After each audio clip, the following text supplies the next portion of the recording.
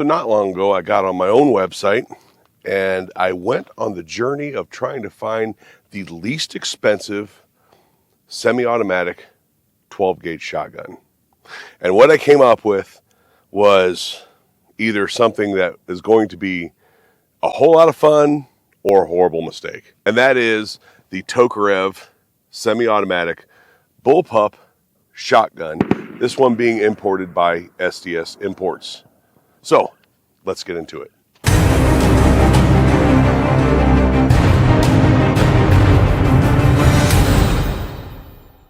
So I say that that it could be a horrible mistake because I've shot 5 rounds through it at this point just to ensure function, that it's not going to blow up on me or something like that.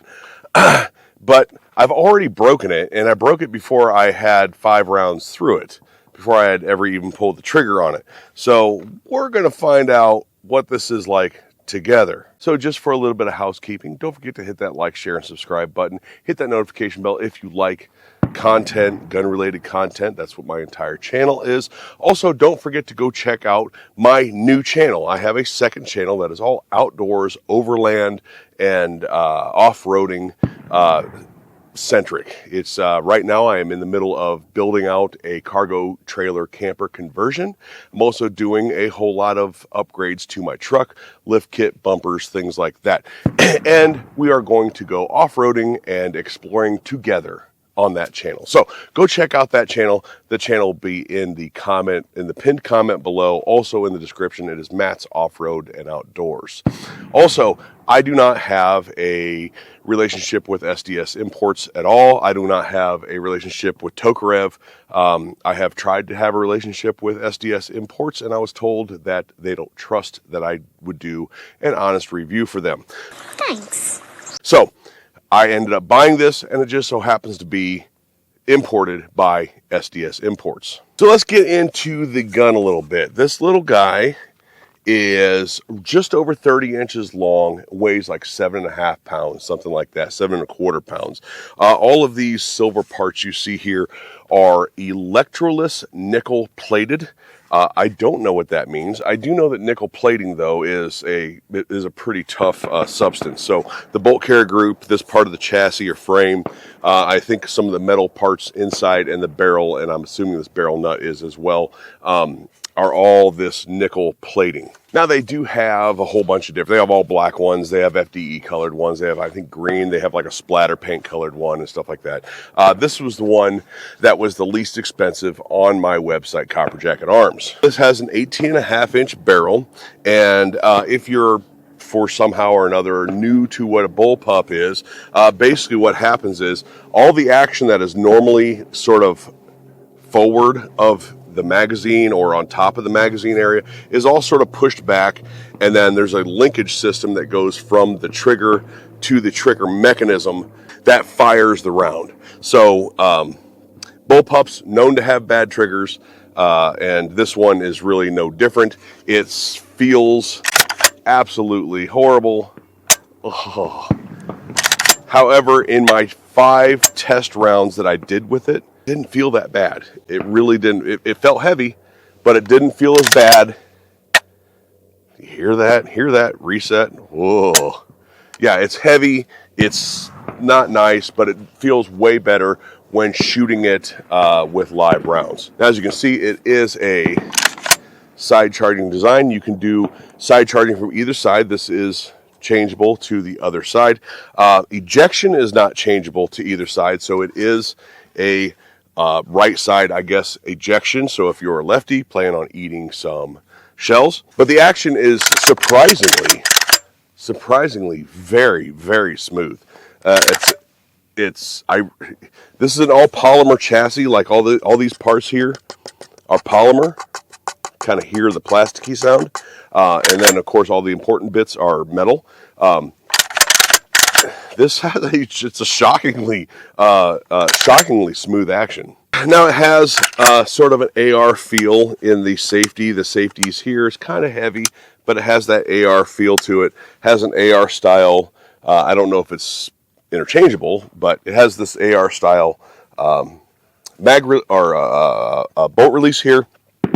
However, the mag release is on the wrong side, meaning that I can't really access it from here. I have to sort of do this, right, to pull the mag, which you'll see here in a little bit.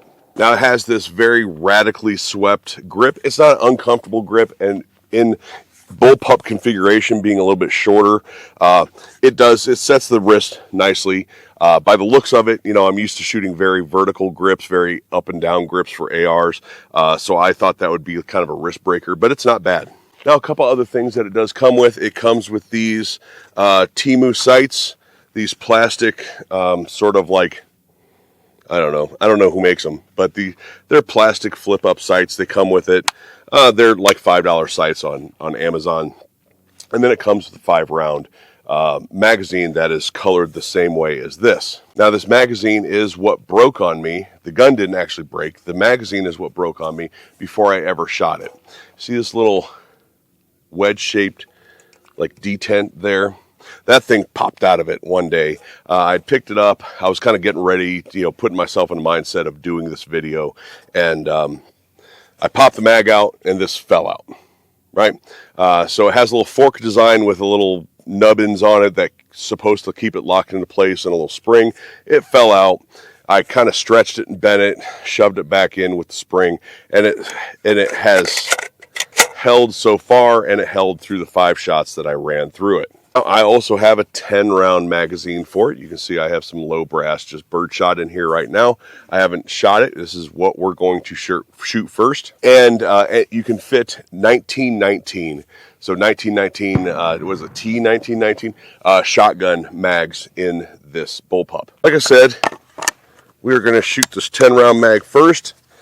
And I was talking about that mag release is right there.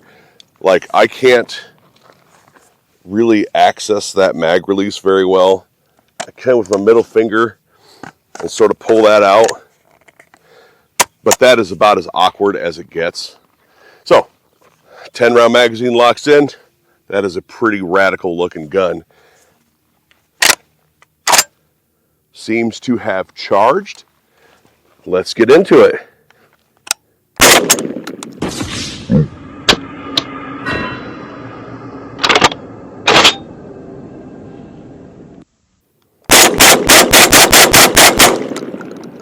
Okay, one failure.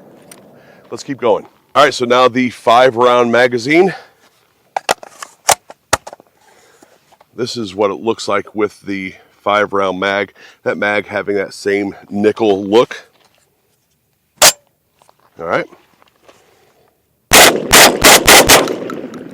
Cool, no failures. Yeah, this mag release sucks.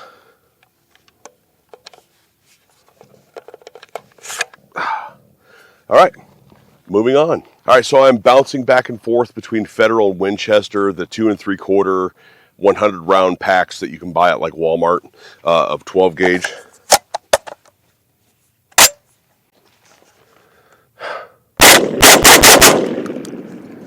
Cool. And it seems like that little nubbins there, that whatever that is, that little spring or that little catch, it seems like that's staying where it's supposed to.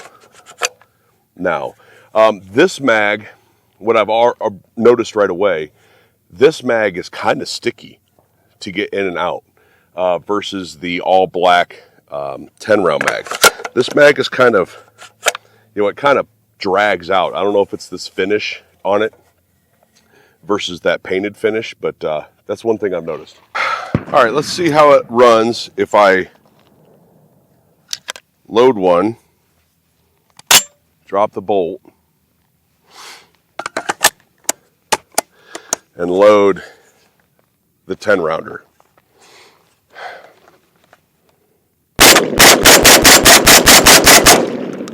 Cool.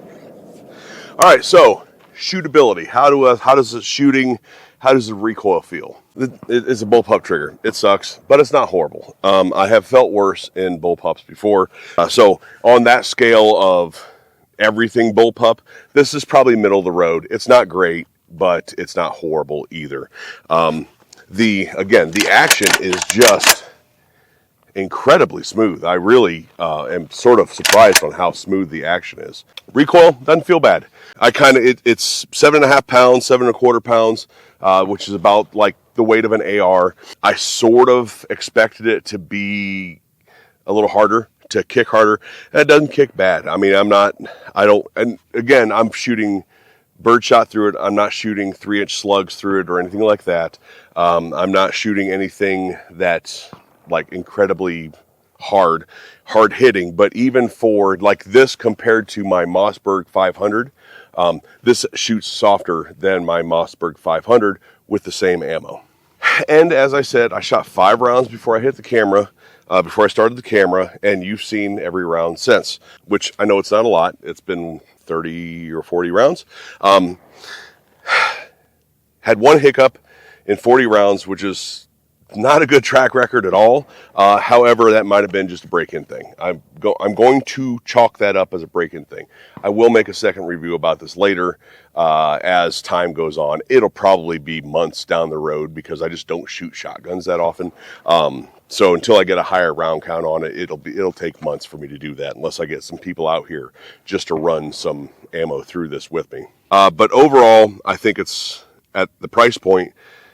It's pretty good. At the price point, it's pretty good with the exception of that one hiccup in that first mag. Again, I'm going to chalk that up to break-in. So speaking of price point, how much did I pay for this off of my website? I used my code RTT10 for Copper Jacket Arms, and I paid just under $250 for this. Now, to the YouTube censors, that is not me saying go buy this. That is not a promotion or sale. I'm just informing the people out there what I paid for this, and if they are thinking about something like this, all the information that they need to know. So what's my final score of this thing?